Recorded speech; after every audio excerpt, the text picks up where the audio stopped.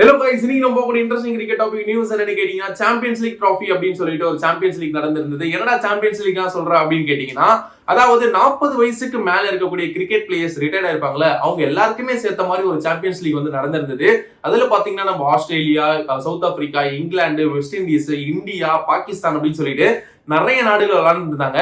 நம்மளுக்கு அந்த காலத்துல வந்து ஃபேமஸான பிளேயர்ஸ் எல்லாம் இருப்பாங்கல்ல. ஃபார் எக்ஸாம்பிள் நம்ம யுவராஜ் சிங்கா இருக்கட்டும், யூனிஸ் கானா இருக்கட்டும், மிஸ்பாவா இருக்கட்டும், கமரன் அக்மலா இருக்கட்டும், அண்ட் இங்கிலாந்து சைட்ல பாத்தீங்கன்னா நிறைய பேர் கிட்டத்தட்ட பாத்தீங்கன்னா கிறிஸ் கெயில் எல்லாருமே வந்து விளையாண்டு இருந்தாங்க. இதெல்லாம் பார்க்கும்போது செம்ம எனர்ஜெட்டிக் பெர்ஃபார்மன்ஸா இருந்தது. அப்ப விட்டதை வந்து குறையே இல்லாம வந்து இந்த சாம்பியன்ஸ் லீக்லயும் பாத்தீங்கன்னா அவங்களோட பெர்ஃபார்மன்ஸ் வந்து வேற லெவல்ல பண்ணியிருந்தாங்க.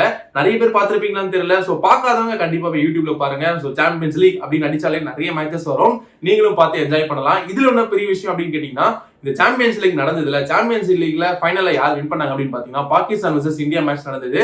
அப்கோர்ஸ் பாத்தீங்கன்னா கிட்டத்தட்ட பாகிஸ்தான் ஃபர்ஸ்ட் பேட்டிங் ஆடி 158 ரன் தான் நினைக்கிறேன் அவங்க அவ்வளவுதான் அடிச்சிருந்தாங்க. ஸோ இந்தியா வந்து மேட்ச் அடிச்சு வின் பண்ணிட்டாங்க. ஸோ ஃபைனல் வின் பண்ணிட்டாங்க. இதுல என்ன பெரிய விஷயம் அப்படின்னு கேட்டீங்கன்னா, ஒரு பெரிய டாபிக். ஸோ அப்போது பாத்தீங்கன்னா சமூக வலைதளங்கள் ரொம்ப வைரலா போயிட்டு இருக்கு. இந்தியா முழுவதும் சோசியல் மீடியாவில் கிழிச்சிட்டு இருக்காங்க இந்தியன் பிளேயர்ஸை. என்ன காரணம் அப்படின்னு பாத்தீங்கன்னா, கப்பு வாங்கிட்டு நம்ம ஆண்டி கப் மாதிரி நடந்து வந்தாங்க. யார் யார் அப்படின்னு பாத்தீங்கன்னா, யுவராஜ் சிங், ஹர்பஜன் சிங், சுரேஷ் ரெய்னா எல்லாருமே அந்த ஆண்டி கப் மாதிரி நடந்து அந்த கப்பு தூக்கிட்டு வர மாதிரி ட்ரெஸ்ஸிங் ரூம்ல நடந்து வந்திருக்காங்க. இதை வந்து ஜாலியா ஹர்பஜன் சிங் என்ன பண்ணிருக்காருன்னு பாத்தீங்கன்னா, இன்ஸ்டாகிராம்ல வந்து வீடியோ அப்லோட் பண்ணிருக்காரு. ஸோ அவர் ஜாலியா அப்லோட் பண்ணாரு. ஸோ அதை பார்த்த உடனே ஹேண்டிகேப்ஸ் அதாவது இருப்பாங்கல்ல, மாற்றுத்திறனாளிகள் கிரிக்கெட் விளையாண்டுருப்பாங்கல்ல, அவங்கள வந்து கேலி பண்ற விதமா சொல்லிட்டு நிறைய பேரை பாத்தீங்கன்னா நெகட்டிவா வந்து பேசிட்டு வராங்க. ஹர்பஜன் சிங் போட்ட அந்த வீடியோக்கு அவர் என்ன பதிவிட்டு இருந்தார் அப்படின்னு பாத்தீங்கன்னா, கிட்டத்தட்ட நாங்க விளாண்டு ரொம்ப நாள் ஆயிருந்தது கிரிக்கெட்டு. ஸோ இப்போ வந்து நாங்க விளாண்டு கிட்டத்தட்ட ஒரு 7-8 வருஷம் கழிச்சு நாங்க விளாண்டு கப் அடிச்சது பாத்தீங்கன்னா எங்களுக்கு ரொம்பவே வந்து டயர்டா இருக்கு. கிட்டத்தட்ட 7-8 மேட்ச் விளாண்டுருக்கோம். ஸோ ரொம்ப கால்லாம் வலிக்குது. அது மீறி நாங்க கப் அடிச்சிருக்கோம். அதுக்காக தான் நாங்க இந்த வீடியோ வந்து மேக் பண்ணோம். கால் வலி, கை வலி. ஸோ அதுக்காக அந்த வீடியோ போட்டிருந்தாரு. பட் பாத்தீங்கன்னா அது ஆப்போசிட்டா மாதிரி நிறைய பேர் நெகட்டிவா வந்து ரிவ்யூ கொடுத்துட்டு இருக்காங்க. உடனே வந்து ஹர்பஜன் சிங் வந்து டெலிட் பண்ணிட்டாரு. என்னதான் டெலிட் பண்ணாலும் போலீஸ் பாத்தீங்கன்னா இவங்க 3 பேர் மேலேயும் பாத்தீங்கன்னா வழக்கு பதிவு செஞ்சிருக்காங்க. அண்ட் ஹர்பஜன் சிங் அப்கோர்ஸ் பாத்தீங்கன்னா அவர் வந்து சாரியுமே கேட்டிருந்தாரு. நாங்க எந்த ஒரு கண்ணோட்டத்திலையும் நாங்க அந்த வீடியோ போடல.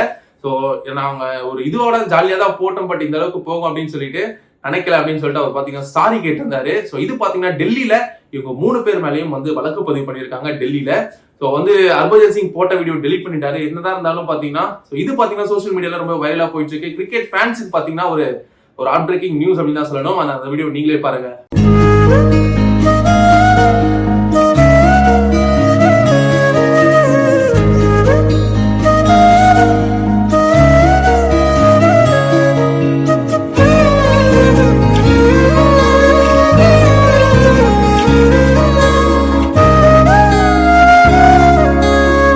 இந்த மாதிரி வேற ஒரு ஸ்போர்ட்ஸ் உங்களை சந்திக்கிறேன். டாடா, பை.